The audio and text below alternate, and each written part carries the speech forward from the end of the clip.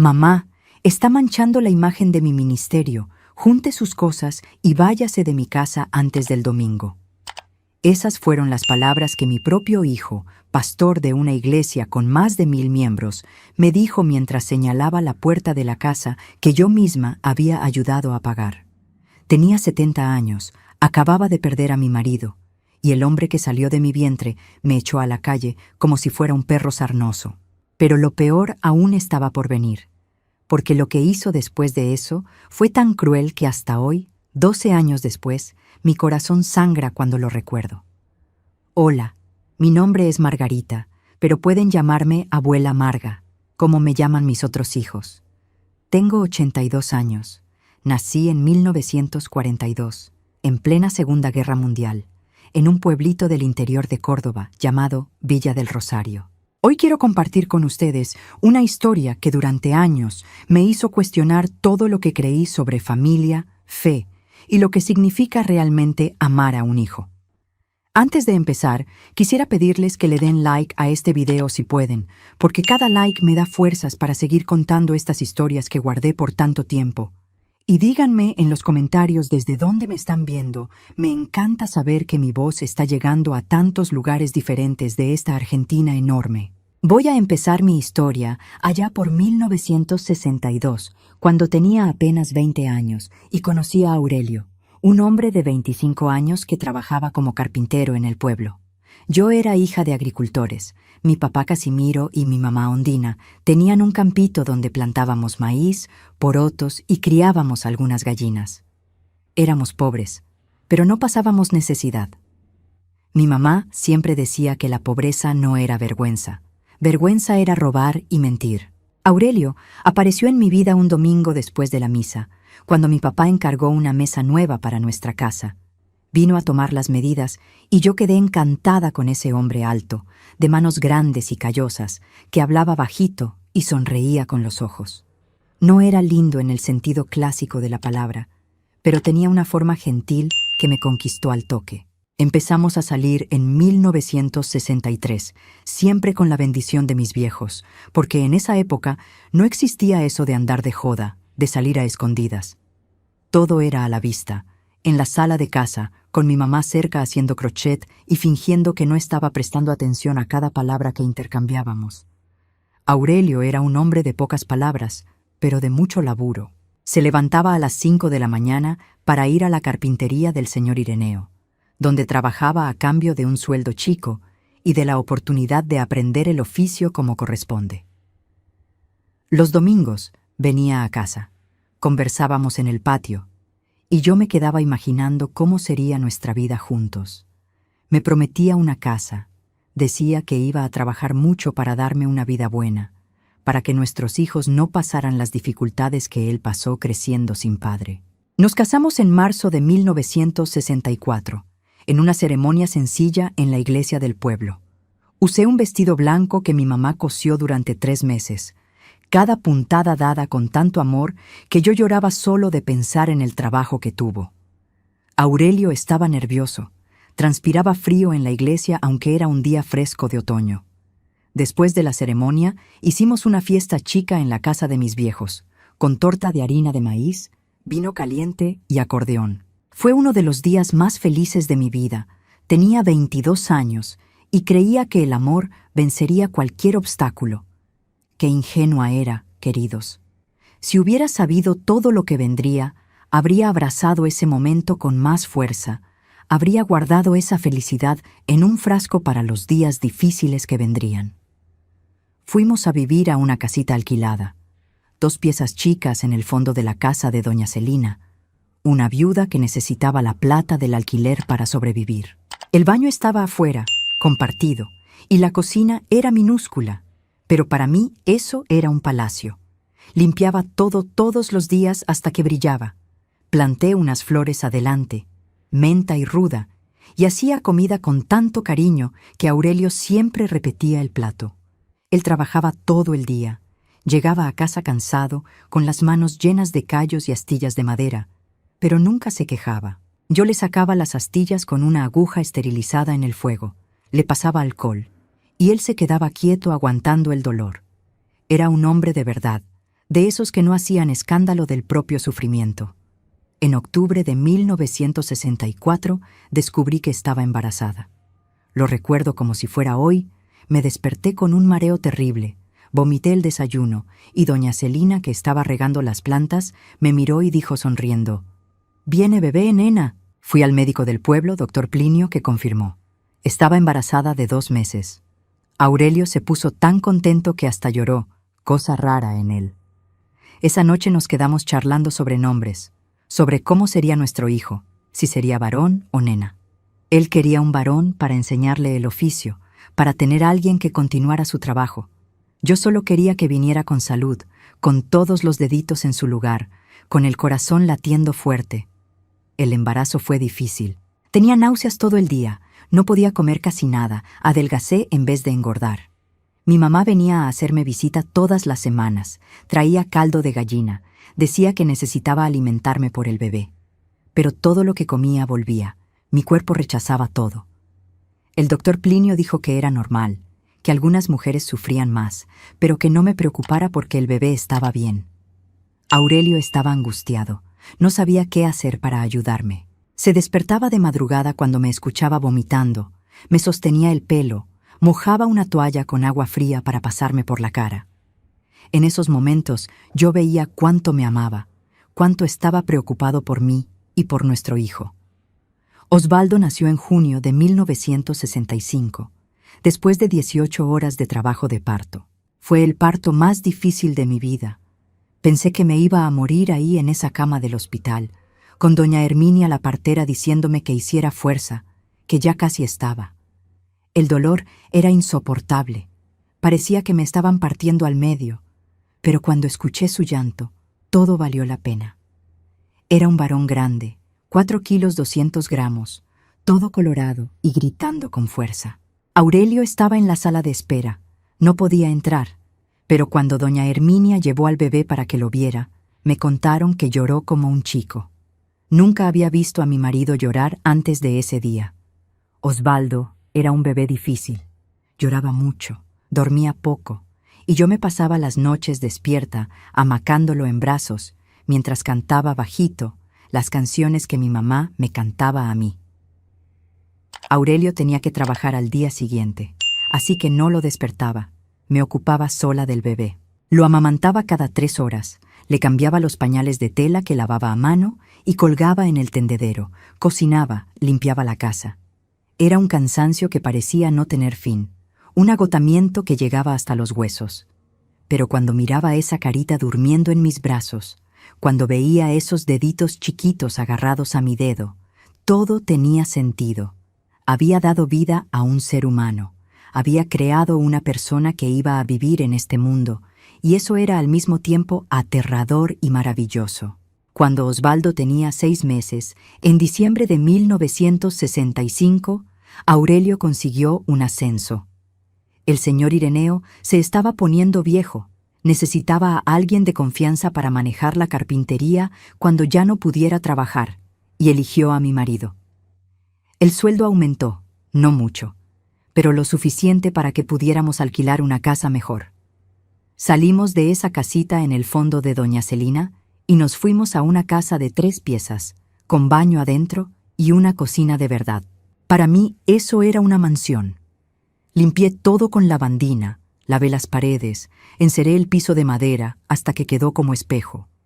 Planté un jazmín adelante y unos rosales que me regaló mi mamá.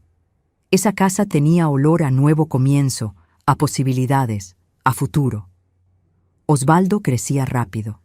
Con 1 año ya caminaba, con 2 ya decía palabras sueltas, con 3 ya hacía preguntas sobre todo. Era un chico curioso, inteligente, pero también terco y caprichoso. Cuando quería algo y yo le decía que no, se tiraba al piso y gritaba hasta conseguirlo o hasta que yo le diera unas palmadas en el traste. Aurelio decía que yo lo malcriaba, que los chicos necesitaban mano firme, pero yo no podía ser dura con él. Era mi primer hijo, mi bebé, y hacía todo lo que estaba a mi alcance para que fuera feliz. Le compraba la ropita más linda que mi plata permitía, hacía comidas que le gustaban, lo dejaba jugar en la calle con los otros pibes, aunque volviera todo embarrado. En 1968, quedé embarazada de nuevo. Esta vez el embarazo fue más tranquilo. No tuve tantas náuseas, podía comer bien. Josué nació en abril de 1969, un bebé mucho más tranquilo que el hermano. Dormía toda la noche, mamaba bien, no daba trabajo. Osvaldo, que tenía 4 años, se puso celoso al principio. Hacía berrinches cuando yo agarraba al bebé en brazos, decía que ya no lo quería. Yo le explicaba que mi amor era grande como para los dos, que él siempre sería mi primogénito, mi primer amor, pero los chicos no entienden bien esas cosas. Con el tiempo fue aceptando al hermanito, hasta empezó a ayudar, le alcanzaba el chupete cuando se caía, le hacía caricias en la cabecita. 2 años después, en 1971, vino Leonor, mi única nena. Tenía 29 años, ya tenía 2 varones, y cuando el doctor Plinio me dijo que era una nena, lloré de alegría. Una hija, por fin una hija para ponerle vestiditos, peinarle el pelo, enseñarle las cosas de mujer. Leonor era hermosa, nació con mucho pelo negro y unos ojos grandes que parecían ver el alma de la gente. Era delicada, lloraba bajito cuando tenía hambre, dormía acurrucada en mi pecho. Osvaldo y Josué quedaron encantados con la hermanita, querían alzarla todo el tiempo, y yo tenía que estar atenta para que no la lastimaran sin querer. La vida seguía así, con altos y bajos como tiene toda vida. Aurelio laburaba mucho, llegaba tarde a casa pero nunca dejó que faltara nada para los chicos. Comida siempre había en la mesa, ropa limpia en el ropero, zapatillas en los pies. No éramos ricos, ni ahí, pero tampoco pasábamos necesidad. Yo cosía la ropa de los chicos, aprovechaba retazos para hacer acolchados, hacía jabón casero para ahorrar. Cada peso era contado, cada compra era pensada, pero conseguíamos vivir dignamente. Los chicos iban a la escuela, Osvaldo era buen alumno, sacaba buenas notas, los maestros lo elogiaban. Josué era más o menos, no le gustaba mucho estudiar, prefería quedarse jugando en la calle. Leonor todavía era chica, pero ya mostraba ser despierta, aprendió a hablar temprano, era la más avivada de los 3. En 1975, cuando Osvaldo tenía 10 años, pasó algo que cambió completamente el rumbo de nuestra familia. Una iglesia evangélica abrió en nuestra calle, la iglesia pentecostal Fuego del Espíritu, y una misionera llamada Cleotilde empezó a hacer visitas en las casas del barrio. Tocó a nuestra puerta una tarde de sábado, toda sonriente, con una Biblia bajo el brazo y una forma dulce de hablar. Nos invitó al culto del domingo, dijo que Dios tenía un propósito para nuestra familia, que Jesús quería bendecirnos. Yo era católica, bautizada, había hecho la primera comunión, pero hacía años que no iba a la iglesia. Aurelio no era muy religioso. Creía en Dios, pero no frecuentaba ninguna iglesia. Decidí ir por curiosidad. Llevé a los 3 chicos y dejé a Aurelio en casa descansando. El culto fue diferente a todo lo que había visto. La gente cantaba fuerte, aplaudía, algunos hasta bailaban. El pastor, un hombre llamado Urbano, predicaba con tanta convicción que parecía que estaba viendo a Dios ahí delante de él. Hablaba sobre el amor de Jesús, sobre cómo murió en la cruz por nuestros pecados, sobre cómo podíamos tener una vida nueva si lo aceptábamos como Salvador. Algo dentro de mí se movió. Empecé a llorar sin saber por qué. Sentí una paz que nunca había sentido antes, como si un peso se hubiera ido de mis hombros. Al final del culto, cuando el pastor hizo el llamado para quien quería aceptar a Jesús, levanté la mano temblando. Fui al frente, repetí la oración de aceptación y sentí que mi vida había cambiado en ese instante. Volví a casa transformada. Le conté a Aurelio sobre el culto, sobre cómo me había sentido. Traté de convencerlo de que viniera conmigo el próximo domingo. Puso mala cara. Dijo que eso era cosa de fanáticos, que no iba a dejar de tomarse su cervecita el fin de semana para quedarse escuchando gente gritando en una iglesia. Me puse triste, pero no insistí. Seguí yendo a los cultos, llevaba a los chicos conmigo y de a poco me fui involucrando cada vez más con la iglesia. Participaba de los ensayos de alabanza, de los grupos de oración, de las visitas. Por primera vez en la vida sentía que pertenecía a algún lugar, que tenía un propósito más allá de ser madre y esposa. Osvaldo se enganchó con la iglesia de una forma impresionante. Con 11 años ya sabía la Biblia mejor que muchos adultos, memorizaba versículos, participaba de la escuela dominical, siempre era elegido para hacer las presentaciones. El pastor Urbano notó el talento del pibe, empezó a darle atención especial, lo dejaba ayudar en la organización de los cultos, le enseñaba cosas sobre liderazgo y ministerio. Osvaldo se quedaba con los ojos brillando cuando el pastor le hablaba, absorbía cada palabra como si fuera oro. Empezó a decir que Dios lo había llamado para ser pastor, que algún día iba a tener una iglesia grande e iba a predicar a multitudes. A mí me parecía hermoso, lo alentaba, oraba para que su sueño se cumpliera. Josué y Leonor también iban a los cultos, pero no tenían el mismo fervor que el hermano. Josué encontraba todo medio aburrido, bostezaba durante los sermones, solo se animaba cuando había alguna merienda después del culto. A Leonor le gustaba cantar, tenía una voz linda, pero no mostraba el mismo interés de Osvaldo por las cosas espirituales. Osvaldo empezó a ponerse crítico con los hermanos. Decía que no se tomaban en serio a Dios, que necesitaban consagrarse más. Con 12 años ya tenía una forma de predicarle a los otros, de señalar pecados, que a veces me molestaba, pero lo dejaba pasar porque pensaba que era solo una etapa, que con el tiempo iba a madurar. El problema con Aurelio fue empeorando. No le gustaba que la casa se hubiera convertido en una extensión de la iglesia. Se quejaba de que yo pasaba demasiado tiempo ahí, que los chicos se estaban volviendo fanáticos, que Osvaldo se estaba convirtiendo en un pesado que solo sabía hablar de Jesús. Empezamos a tener peleas feas, discusiones que duraban horas. Él decía que yo había cambiado, que ya no era la mujer con la que se había casado, que estaba poniendo a la iglesia antes que a la familia. Yo le contestaba diciendo que él era el que no quería entregarse a Dios, que estaba viviendo en pecado con la bebida y las amistades mundanas. Los chicos escuchaban todo, se asustaban, y yo veía el matrimonio desintegrándose de a poco, pero no sabía qué hacer. En 1982, cuando Osvaldo tenía 17 años, Aurelio murió.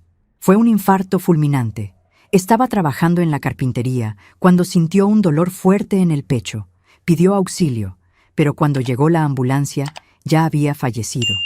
Tenía apenas 45 años. Yo estaba en casa cuando recibí la noticia. Uno de los empleados de la carpintería vino corriendo a avisarme. Mi mundo se derrumbó. Por más que tuviéramos nuestras diferencias, por más que peleáramos, yo amaba a ese hombre. Era el padre de mis hijos, mi compañero de casi 20 años. El dolor fue insoportable, un vacío en el pecho que parecía no tener fin. El entierro fue un día lluvioso de mayo. Toda la iglesia fue. El pastor Urbano hizo un sermón lindo sobre la misericordia de Dios. Pero yo apenas podía escuchar. Me quedaba mirando el cajón pensando en todas las cosas que no le dije, en todas las peleas que se podrían haber evitado, en cómo desperdicié los últimos años de nuestro matrimonio peleando por religión. Osvaldo estaba serio, no lloró, se quedó todo el tiempo con una expresión cerrada que yo no podía descifrar. Josué lloraba sin parar, era muy apegado al padre. Leonor, que tenía 11 años, estaba en shock. No podía procesar que el papá nunca más iba a volver a casa. Después de la muerte de Aurelio, la situación económica se puso jodida.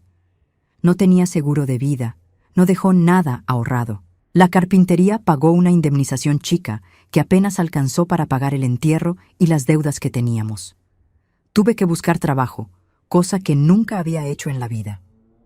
Conseguí laburo como empleada de limpieza en una escuela. Ganaba poco, trabajaba mucho, pero era lo que había. Osvaldo estaba en el último año del secundario. Josué estaba en 8º, Leonor en 5º. Necesitaba mantener a los 3, sostener la casa, pagar las cuentas. Fue un periodo muy difícil. Me levantaba a las 5 de la mañana para trabajar. Volvía tarde a la noche agotada. Apenas tenía tiempo para ocuparme bien de la casa y de los chicos. Osvaldo terminó el secundario en 1983. En vez de buscar un laburo para ayudarme, dijo que Dios lo había llamado para ser pastor, que necesitaba estudiar teología. El pastor Urbano le ofreció una beca parcial en un seminario bíblico en la capital, a 3 horas de distancia.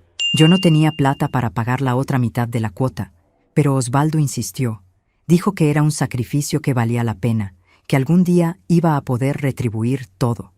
Terminé cediendo.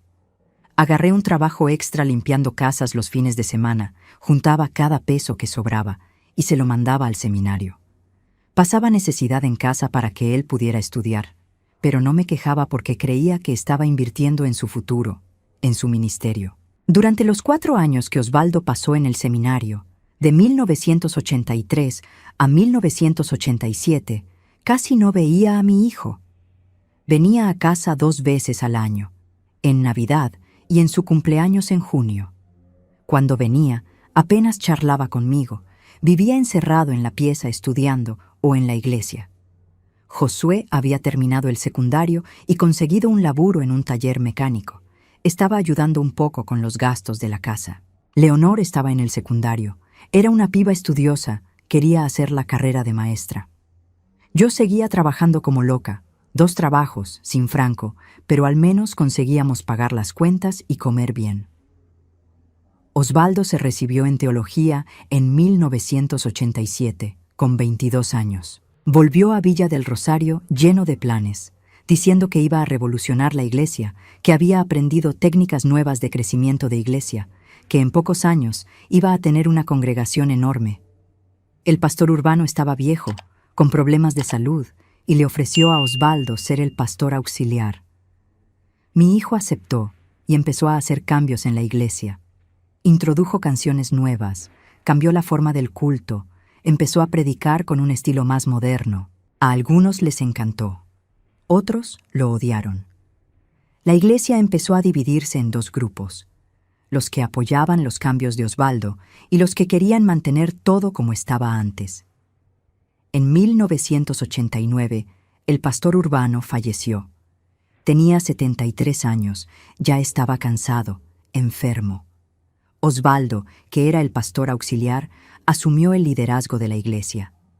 Tenía apenas 24 años, pero hablaba con la autoridad de alguien mucho mayor. Empezó a hacer cambios aún más drásticos. Echó a algunos miembros antiguos que no estaban de acuerdo con él. Trajo gente nueva. Cambió el nombre de la iglesia a Iglesia Pentecostal Renuevo del Espíritu. En 2 años la congregación había crecido de 100 a 200 personas. Osvaldo era carismático, predicaba bien, sabía involucrar a la gente. Empezó a hacerse conocido en la zona, otras iglesias lo invitaban a predicar, aparecía en programas de radio religiosos. En 1991, Osvaldo se casó con Dalma, hija de un empresario del pueblo. Nunca me había gustado esa mina, tenía un aire frío, arrogante, pero mi hijo estaba encantado. La familia de ella tenía plata, el padre era dueño de un corralón grande. El casamiento fue pomposo, en la iglesia llena, con fiesta en un salón cheto. Me sentí fuera de lugar ahí, con mi vestido sencillo en medio de tanta gente bien vestida. Osvaldo apenas me miró durante la fiesta.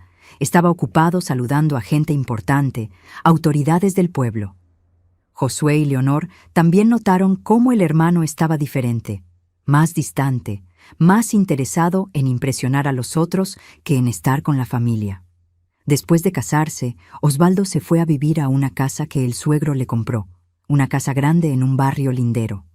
La iglesia seguía creciendo, pasó a hacer cultos 3 veces por semana, después todos los días. El diezmo aumentaba, las ofrendas aumentaban, y yo veía a mi hijo prosperando mientras yo seguía en mi casita humilde, trabajando como empleada de limpieza. Nunca me ofreció ayuda económica. Nunca preguntó si estaba necesitando algo. Cuando tocaba el tema, decía que la plata de la iglesia era de Dios, que no podía desviar recursos divinos para fines personales. Pero yo veía la casa grande donde vivía, el auto nuevo que manejaba, la ropa cara que usaba, y no entendía cómo eso no era desvío de recursos, pero ayudarme a mí sí lo era. En 1993 nació el primer hijo de Osvaldo, un varón que llamó Samuel. Me puse tan contenta de ser abuela, quería ir a visitar, conocer a mi nieto, pero Dalma dejó en claro que yo no era bienvenida. Dijo que la casa de ellos era chica, que no había espacio para visitas, que necesitaban privacidad en los primeros meses del bebé. Ofrecí ir a ayudar, hacer comida, lavar ropa, cuidar al bebé para que ella descansara, pero rechazó. Dijo que había contratado una niñera, que no necesitaba ayuda de nadie. Quedé destrozada. Era mi primer nieto y ni siquiera podía conocerlo bien. Osvaldo no hizo nada, no se metió, dejó que la mujer decidiera. Josué se había casado en 1990 con Irma, una piba sencilla que trabajaba en una panadería. Vivían en un departamento chico, estaban armando su vida de a poco. Leonor había conseguido hacer la carrera de maestra con una beca. Estaba terminando. Mis otros 2 hijos estaban cerca mío. Me visitaban todas las semanas. Preguntaban si necesitaba algo. Me incluían en su vida. Osvaldo era el único distante, el único que parecía avergonzarse de su propio origen. La iglesia seguía creciendo. En 1995 ya había 500 personas yendo a los cultos. Osvaldo construyó un templo nuevo, más grande, más moderno. El padre de Dalma financió parte de la obra. El resto salió de campañas de donación que Osvaldo hacía todas las semanas. Yo iba a los cultos a veces. Me quedaba sentada atrás observando a mi hijo en el púlpito. Predicaba con pasión, movía a las multitudes, hacía que la gente llorara y gritara aleluya. Pero yo no reconocía en él al pibe que crié, al hijo que alguna vez fue dulce y cariñoso. En 1998 tuve que dejar de trabajar. Tenía 76 años. Mi cuerpo ya no aguantaba más. Me dolía la espalda constantemente por años cargando peso, limpiando pisos de rodillas. Mis manos estaban deformadas de tanto fregar ropa en la piedra de lavar. Pedí la jubilación por edad, la conseguí, pero el monto era miserable. No alcanzaba para pagar alquiler y comprar comida bien. Josué y Leonor se juntaban para ayudarme todos los meses, pero ellos también tenían sus familias, sus propias dificultades. Le pedí ayuda a Osvaldo. Lo llamé a la casa, hablé con él directamente, le expliqué la situación. Dijo que iba a pensar, que iba a orar sobre el asunto, que se iba a contactar. Pasó 1 mes, 2 meses, y nada. Cuando llamé de nuevo, mandó recado por la secretaria de la iglesia que estaba muy ocupado para atender. En 2000, el dueño de la casa donde yo vivía avisó que iba a vender el inmueble, que tenía que irme. Entré en desesperación. ¿A dónde iba con 78 años y una jubilación miserable? Josué quería llevarme a vivir con él, pero el departamento era minúsculo. 2 piezas chicas donde ya vivían él, Irma y las 2 nenas.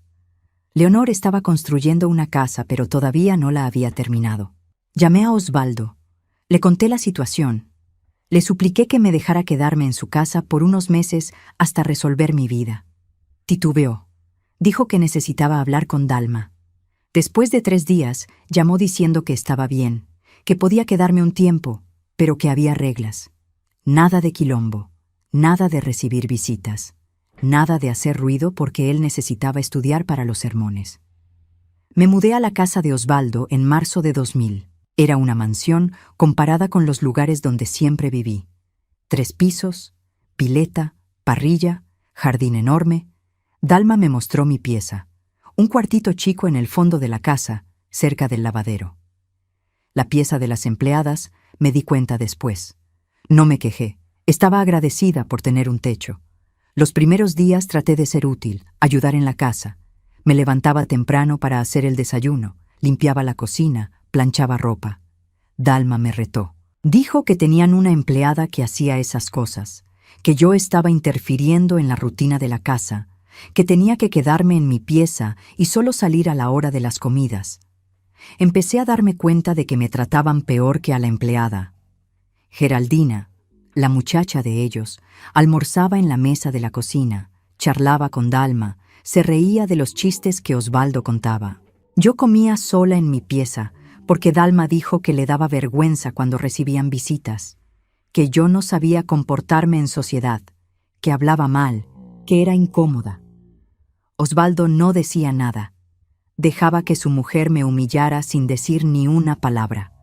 Mi propio hijo, que yo llevé en la panza 9 meses, que crié con tanto sacrificio, que sostuve en el seminario pasando hambre en casa, me trataba como si fuera un mueble viejo que tenía que guardar, pero no quería que nadie viera. Lloraba todas las noches en mi cuartito chico. Apretaba la almohada contra la cara para que nadie escuchara mis sollozos.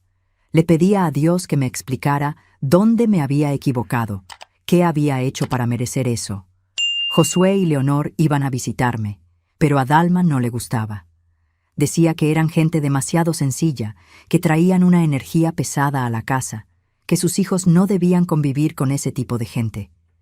Yo escuchaba todo callada, tragándome la bronca, porque no tenía a dónde ir. Osvaldo tenía 3 hijos ahora, Samuel con 7 años, Rebeca con 5 y Josué con 3. Chicos lindos que apenas me conocían. Cuando trataba de charlar con ellos, jugar, me miraban con extrañeza, como si fuera una desconocida. Dalma les había enseñado a llamarme señora Margarita, no abuela. Decía que abuela era un término vulgar, que en su familia la gente era más educada. La iglesia seguía creciendo. En 2002 ya eran 1,200 miembros. Osvaldo había comprado un terreno enorme y estaba construyendo un templo que iba a tener capacidad para 3,000 personas. Las ofrendas y diezmos eran astronómicos. Ahora andaba en auto importado, usaba trajes caros, reloj de marca. Viajaba a congresos en otras provincias, aparecía en programas de telecristianos. Era una celebridad en el ambiente evangélico.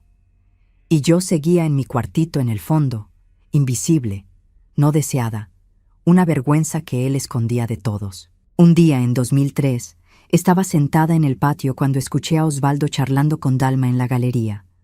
No sabían que yo estaba ahí. Dalma decía que no aguantaba más tener a esa vieja en su casa, que yo era un peso muerto, que la hacía sentir mal cada vez que recibía a las amigas y tenía que explicar quién era esa señora mal vestida dando vueltas por la casa. Osvaldo suspiró y dijo que él también estaba cansado, pero que no sabía qué hacer conmigo. Dalma sugirió meterme en un geriátrico. Osvaldo dijo que sería malo para su imagen, que la gente de la iglesia iba a comentar, que un pastor no podía abandonar a su propia madre, pero que iba a pensar en alguna solución. Me quedé helada ahí en el patio. Mi hijo estaba planeando deshacerse de mí como si fuera un problema a resolver. Subí a mi pieza temblando, me senté en la cama y me quedé mirando la pared por horas. Pensé en todo lo que había hecho por él. En las noches sin dormir cuando era bebé y lloraba. En los días que pasé hambre para que él pudiera comer. En la plata que mandé todos los meses durante 4 años para que estudiara. En el orgullo que sentí cuando se recibió. En cómo lo defendí de las críticas cuando empezó a hacer cambios en la iglesia. En cómo siempre creí en él, siempre lo apoyé, siempre lo amé incondicionalmente. Y ahora me estaba pagando con rechazo, con vergüenza, con desprecio. En 2004, Josué consiguió un trabajo mejor. Se había recibido como técnico mecánico y consiguió un laburo en una concesionaria de autos, ganando mucho más que antes. Él e Irma habían conseguido comprar una casa, chica pero de ellos. Me ofrecieron ir a vivir con ellos. Quise aceptar al toque, pero Osvaldo dijo que no. Dijo que la gente iba a comentar, que iban a encontrar raro que la madre del pastor saliera de su casa para vivir con el hermano obrero, que iba a parecer que él no cuidaba a su propia madre, que iba a manchar su reputación. Todo siempre giraba en torno a su reputación, su imagen, cómo lo veían los demás. Yo no importaba, mis sentimientos no importaban, mi sufrimiento no importaba. Leonor terminó de construir su casa en 2005. Era una casa sencilla, pero muy linda. Había puesto amor en cada detalle.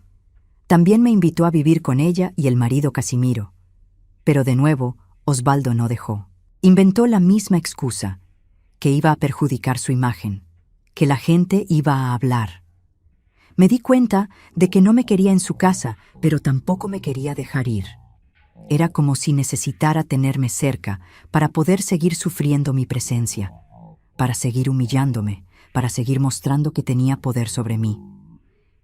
En 2006, descubrí que Osvaldo estaba desviando plata de la iglesia. Escuché sin querer una conversación de él con el contador. Había abierto varias empresas a nombre de testaferros. Estaba desviando parte de los diezmos a esas empresas, lavando plata, evadiendo impuestos. Quedé en shock. Mi hijo, el pastor, el hombre que predicaba sobre honestidad e integridad, era un chorro. Lo enfrenté. Se puso blanco cuando se dio cuenta de que había escuchado. Después se puso colorado de bronca. Dijo que yo no entendía nada de finanzas, que eso era estrategia tributaria, que todos los pastores lo hacían, que era legal. Le dije que sabía que no lo era, que estaba robándole a Dios. Me agarró del brazo, apretó fuerte y me dijo bien bajito al oído que era mejor que me quedara callada si quería seguir teniendo un techo sobre mi cabeza. Le tuve miedo por primera vez. Mi hijo se había convertido en un hombre que no conocía, capaz de amenazar a su propia madre, capaz de robarles a los fieles que confiaban en él. Me encerré en mi pieza y lloré hasta no tener más lágrimas. Pensé en denunciarlo, en contarle a alguien de la iglesia lo que estaba pasando. Pero, ¿quién me iba a creer? Yo era solo una vieja pobre, sin educación, sin importancia. Él era el pastor querido, el líder carismático, el hombre de Dios. Si decía algo me iba a destruir, iba a decir que estaba senil, que inventaba cosas, que tenía problemas mentales, e iba a terminar de verdad en un geriátrico, encerrada lejos de todo y de todos. Los años fueron pasando y el trato fue empeorando. En 2008, Dalma empezó a darme solo sobras de comida. Decía que comía demasiado, que estaba gastando mucha comida, que ellos no tenían cómo sostenerme en ese nivel. Comía lo que me daba y me quedaba con hambre. Adelgacé, mi ropa empezó a quedarme grande. Josué y Leonor se dieron cuenta, se preocuparon, pero yo mentía diciendo que estaba todo bien. Me daba vergüenza contar cómo me trataban. Me daba vergüenza admitir que había criado a un monstruo. En 2009, Osvaldo prohibió que Josué y Leonor me visitaran. Dijo que estaba muy ocupado, que las visitas alteraban la rutina de la casa, que podían verme una vez al mes un domingo después del culto. Una vez al mes. Mis hijos, que me querían, que querían pasar tiempo conmigo, no podían verme por el orgullo enfermo del hermano. Trataron de argumentar, pelear, pero Osvaldo fue inflexible. Dijo que mientras yo estuviera viviendo en su casa, las reglas eran de él. Josué se puso tan caliente que casi le pega al hermano. Leonor lloró, suplicó, pero no sirvió de nada. Quedé prácticamente prisionera en esa casa. Pasaba los días encerrada en mi pieza, mirando las paredes, acordándome de tiempos mejores. Pensaba en Aurelio, en cómo las cosas habrían sido diferentes si estuviera vivo. Pensaba en mis viejos, ya fallecidos, y agradecía que no estuvieran vivos para ver lo que me había pasado. Pensaba en cómo había desperdiciado mi vida entera, sacrificándome por un hijo que no tenía ni un poco de gratitud, ni un poco de amor, ni un poco de humanidad. En 2010 pasó lo que terminó de destruirme. Era un domingo, día de culto. La iglesia estaba llena, más de 2000 personas en el templo nuevo. Osvaldo estaba predicando sobre honrar a los padres, sobre el mandamiento de honrar padre y madre. Hablaba con tanta pasión, con tanta convicción, que la gente lloraba. Decía que los padres eran regalos de Dios, que necesitábamos cuidarlos, amarlos, respetarlos. Yo estaba ahí al fondo de la iglesia escuchando eso y sintiendo que mi alma se partía. ¿Cómo tenía el coraje de predicar eso mientras me trataba de esa manera? ¿Cómo conseguía mentir tan descaradamente delante de Dios y de todo el mundo? Al final del culto, una señora mayor fue hasta él llorando. Dijo que había sido tocada por el mensaje, que se había peleado con el hijo e iba a hacer las paces. Osvaldo la abrazó, oró por ella, dijo palabras lindas sobre perdón y reconciliación. Toda la iglesia aplaudió. Después del culto, en el auto volviendo a casa, le comenté sobre la prédica. Le dije que había sido muy linda, muy conmovedora. Me miró por el espejo retrovisor con una expresión fría y dijo que una cosa era predicar, otra cosa era la vida real, que en el púlpito decía lo que la gente quería escuchar, pero que eso no significaba que tenía que aplicarlo en su propia vida. Quedé en shock. Mi hijo era un farsante completo. No tenía ni una gota de fe verdadera, de amor genuino, de integridad. Todo era teatro, actuación, manipulación. Había usado la fe como herramienta de poder, como forma de ganar plata y estatus, y yo había sido lo suficientemente boluda como para creerle, para apoyarlo, para sacrificar mi vida por su ministerio. En 2011 tenía 69 años y mi salud estaba deteriorándose. Desarrollé diabetes, presión alta, problemas en el corazón. Necesitaba remedios caros, seguimiento médico. Dalma se quejaba del costo. Decía que yo era una carga financiera insoportable. Osvaldo dijo que tenía que pedirles a Josué y Leonor que pagaran mis remedios, que él ya hacía mucho dándome casa y comida. Josué y Leonor se esforzaban para pagar lo que podían, pero también tenían sus propios gastos, sus propios problemas de salud apareciendo con la edad. Un día me sentí mal.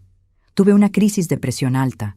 Estaba sola en casa, la empleada había salido, Dalma había ido a la peluquería, Osvaldo estaba en la iglesia. Conseguí arrastrarme hasta el teléfono y llamar a Josué. Llegó en 15 minutos. Me llevó corriendo al hospital. Pasé 2 días internada. Osvaldo no apareció ni una vez. Cuando me dieron el alta y Josué me llevó de vuelta a casa, Osvaldo estaba en el living charlando con unos miembros de la iglesia. Apenas me miró. Esa noche, Dalma vino a mi pieza y me dijo que si iba a causar problemas de salud, era mejor que me fuera a vivir a otro lado, que ella no era enfermera, que no iba a cuidar enfermos. A principios de 2012, Aurelio, mi marido, había muerto hacía exactamente 30 años. Yo tenía 70 años ahora. Estaba débil, enferma, cansada de vivir. Pero lo peor todavía estaba por venir. Un jueves de marzo, Osvaldo me llamó a su despacho. Se sentó detrás del escritorio enorme, con esa silla de cuero, y me dijo que teníamos que hablar. Dijo que Dalma estaba teniendo problemas de salud por el estrés de tenerme en la casa, que sus hijos estaban siendo influenciados negativamente por mi presencia, que algunos miembros importantes de la iglesia habían comentado sobre una vieja extraña que vivía en el fondo de su casa y que eso estaba perjudicando su imagen. Dijo que había pensado mucho, orado mucho, y que Dios le había mostrado que era hora de que siguiera mi propio camino, que necesitaba aprender a ser independiente, a confiar en Dios y no en la gente, que era hora de que me fuera de su casa. No podía creer lo que estaba escuchando. Le pregunté a dónde pensaba que iba con 70 años, enferma, con una jubilación que no alcanzaba ni para el alquiler de un cuartito. Dijo que podía ir a vivir con Josué o Leonor, que ellos me lo habían ofrecido antes. Le dije que no iba a ser una carga para mis otros hijos, que ellos tenían sus propias vidas. Osvaldo golpeó la mesa con la mano. Dijo que estaba cansado de mantenerme, que había sido una carga toda la vida, que él había sacrificado demasiado por mí. No pude aguantar la risa amarga. Le pregunté qué sacrificio había hecho por mí. Se puso colorado y gritó que me había dado casa durante 2 años, que me había alimentado, que me había bancado aunque yo fuera una vergüenza para él, que era pastor de una iglesia de 3,000 miembros, que era respetado, admirado, pero que tenía que esconder a su propia madre porque yo era una campesina ignorante que no sabía comportarse. Empecé a llorar. Le dije que había hecho todo por él, que había pasado hambre para que él comiera, que había trabajado hasta los huesos para pagar su seminario, que lo había defendido cuando todo el mundo criticaba. Se rió, una risa cruel que nunca voy a olvidar. Dijo que yo no había hecho nada más que mi obligación de madre, que si hice sacrificios fue porque quise, él no pidió, que tenía que dejar de usar eso como moneda de cambio, de pensar que él me debía algo, que cada uno era responsable de su propia vida y que la mía ya había dado lo que tenía que dar. Me quedé mirando a ese hombre y no reconocí a mi hijo. Era un extraño frío, calculador, cruel. Le pregunté cuándo se había convertido en eso. Dijo que siempre fue así, que yo era demasiado boluda como para darme cuenta, que desde chico sabía usar a la gente, manipular, conseguir lo que quería, que la religión había sido solo una herramienta, un medio para ganar plata y poder, que no creía en nada de lo que predicaba, que era todo mentira, teatro para engañar boludos. Sentí que el mundo se derrumbaba. Todo había sido mentira. El hijo piadoso, el hombre de Dios, el pastor ungido. Todo era farsa. Era un psicópata que había usado la fe para construir un imperio encima de la ingenuidad de la gente. Y yo había sido la más ingenua de todas, creyéndole ciegamente, apoyando cada decisión suya. Osvaldo continuó. Dijo que tenía hasta el domingo para irme de su casa. 3 días. Que podía llevarme mi ropa y objetos personales, pero nada de muebles o electrodomésticos. Que si no me iba voluntariamente, iba a llamar a la policía y me iba a sacar a la fuerza. Le pregunté si tenía noción de lo que estaba haciendo, si no le tenía miedo a Dios. Se rió de nuevo y dijo que no le tenía miedo a algo que no existía, que Dios era un invento para controlar gente débil, que había construido todo solo, con inteligencia y trabajo duro, y que no le debía explicaciones a nadie. Salí de ese despacho tambaleando. Fui a mi pieza, cerré la puerta con llave y me desmoroné. Lloré tanto que pensé que me iba a deshidratar. Llamé a Josué, le conté todo entre sollozos. Se puso furioso, dijo que iba a ir a cagar a palos al hermano, que no iba a permitir eso. Le pedí que no hiciera nada, que la violencia no iba a resolver nada. Vino a buscarme esa misma noche, aunque yo le suplicaba que esperara hasta el domingo. Dijo que no me iba a dejar pasar ni un minuto más en esa casa. Josué subió las escaleras y golpeó la puerta del despacho de Osvaldo. Lo llamó cobarde, gusano, hijo de puta. Dijo que no era un hombre, no era pastor, no era nada. Que era una vergüenza para la familia, una vergüenza para la humanidad. Osvaldo se quedó tranquilo.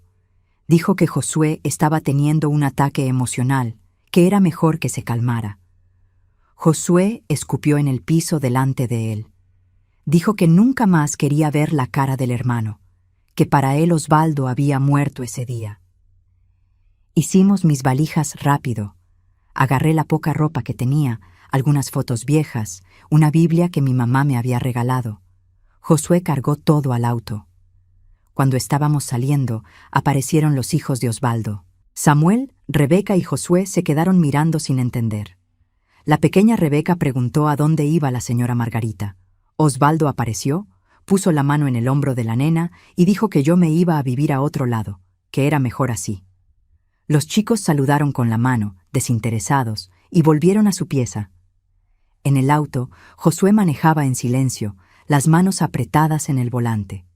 Yo miraba por la ventanilla, viendo la mansión de mi hijo quedar atrás. Había vivido ahí 2 años, pero nunca había sido mi casa. Había sido mi prisión, mi infierno particular. Pensé en lo ingenua que había sido al aceptar vivir ahí, en pensar que Osvaldo lo había hecho por amor. Solo quería mantener las apariencias, tener a la madre cerca para mostrar que era un buen hijo cuando era necesario, pero escondida cuando se volvía inconveniente.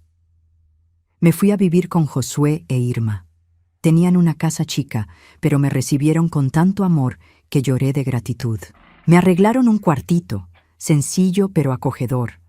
Irma cocinaba mis comidas favoritas. Josué charlaba conmigo todas las noches antes de dormir. Las hijas de ellos, Cleotilde e Ivonete, ya adolescentes, me trataban con cariño, me llamaban abuela, me pedían que les contara historias de mi vida. Leonor también venía a visitarme todas las semanas. Traía cosas ricas que hacía, se quedaba horas charlando conmigo. Era reconfortante tener 2 hijos que me querían de verdad, que me querían cerca, no por obligación, sino por amor genuino. Pero el dolor de lo que Osvaldo había hecho no pasaba. Era una herida abierta que sangraba todos los días. Las noticias sobre Osvaldo seguían llegando. La iglesia crecía más y más. En 2013 inauguró un templo que tenía capacidad para 5,000 personas. Tenía programas en 3 canales de televisión diferentes. Lanzó varios CDs de música gospel que vendieron muchísimo. Se había vuelto millonario, celebridad evangélica. y mientras más crecía, más sufría lloviendo al monstruo que había criado. En 2014, Josué descubrió que tenía cáncer. Cáncer de pulmón etapa avanzada. Nunca había fumado en su vida, pero había trabajado por años con productos químicos en el taller mecánico sin protección adecuada. Los médicos dijeron que era grave, que el tratamiento iba a ser largo y difícil. Me desesperé. No podía perder a mi hijo, no podía. Era mi puerto seguro, mi compañero, uno de los únicos que me quería de verdad. El tratamiento era caro, los remedios eran caros. Josué vendía todo lo que tenía para pagar. La casa, el auto, los muebles. Irma agarró otro trabajo para ayudar. Yo quería ayudar, pero mi jubilación era miseria. Leonor también ayudaba en lo que podía, pero ella también tenía sus cuentas, sus problemas. Pensamos en pedirle ayuda a Osvaldo. Al fin y al cabo, era hermano, era pastor, le sobraba la plata. Leonor fue hasta la iglesia a buscarlo. La secretaria dijo que el pastor Osvaldo no atendía sin cita. Leonor insistió, dijo que era urgente, familiar. La secretaria fue a hablar con él y volvió diciendo que estaba muy ocupado, pero que dejaba el contacto de una asistente social de la iglesia que podía ayudar con una caja de alimentos.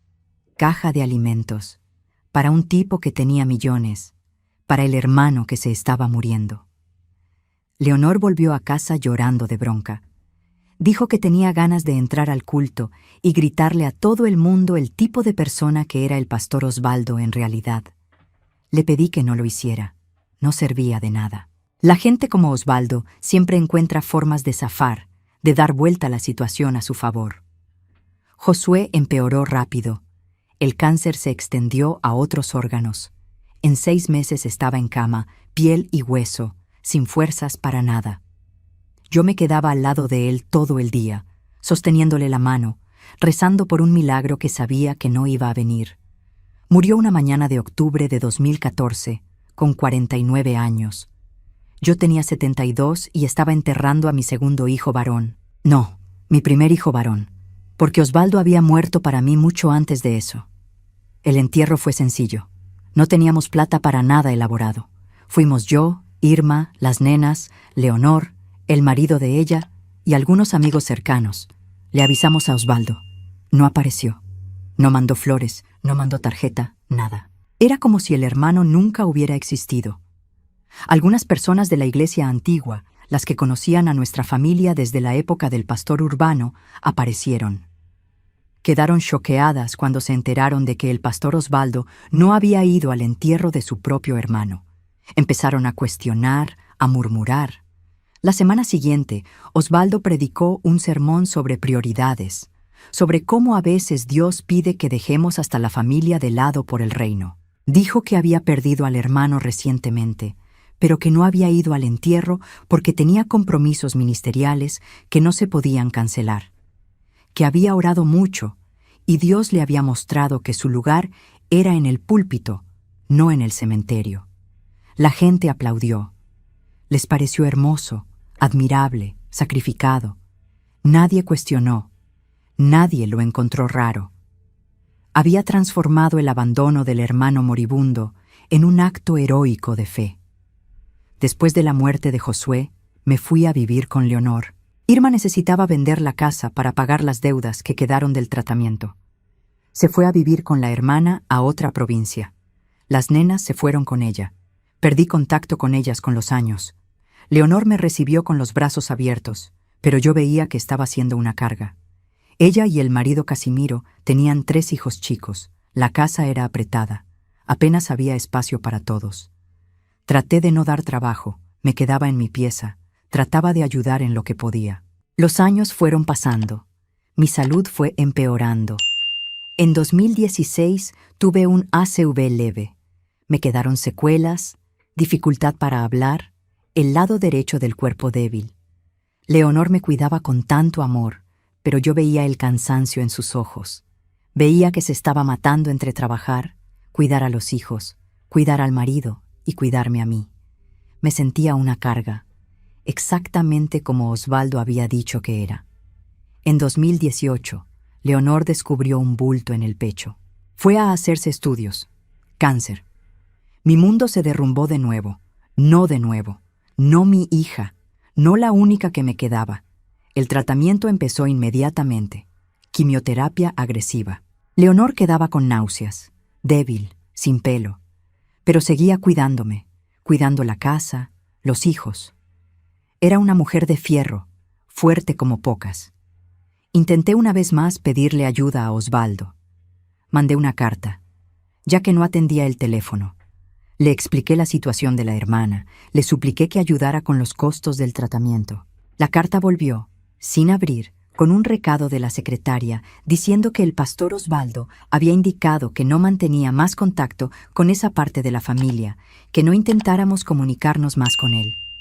Esa parte de la familia, como si fuéramos basura, resto, algo descartable. Leonor quedó destrozada.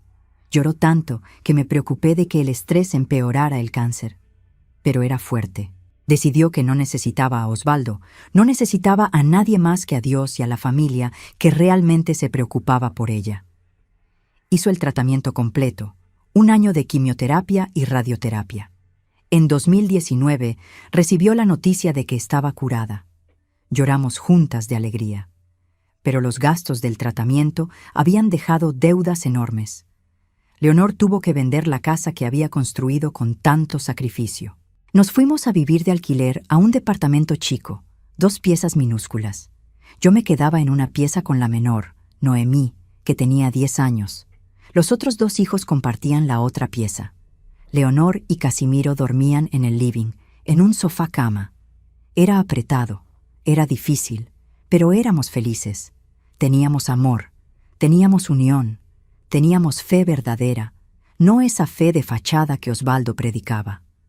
Tengo 82 años ahora. Estoy acá en la casa de Leonor, escribiendo esta historia, contándoles sobre el hijo que me rechazó, que me humilló, que me tiró como si fuera basura. Osvaldo sigue ahí, más grande que nunca. Iglesia con 10,000 miembros ahora, 2 templos, programa de televisión en horario central, fortuna de millones. Es respetado, admirado, considerado uno de los mayores líderes evangélicos de Argentina, y nadie sabe quién es en realidad. Nadie sabe que es un farsante, un mentiroso, un tipo sin corazón que abandonó a su propia madre a los 70 años después de años de humillación. A veces me preguntan si lo perdoné. Lo intento. Dios sabe que lo intento todos los días. Rezo por él, le pido a Dios que le toque el corazón, que lo cambie. Pero perdonar no significa olvidar. Perdonar no significa que el dolor se va. Voy a cargar este dolor hasta el día que me muera. El dolor de haber criado a un hijo que no tiene amor, que no tiene compasión, que no tiene humanidad. El dolor de haber sacrificado todo por alguien que no valoró nada. El dolor de saber que fallé como madre en algún lado, en algún momento, y el resultado fue ese monstruo. Pero también aprendí cosas en estos 82 años de vida. Aprendí que la familia verdadera no es sangre, es quien se queda a tu lado cuando todo se derrumba.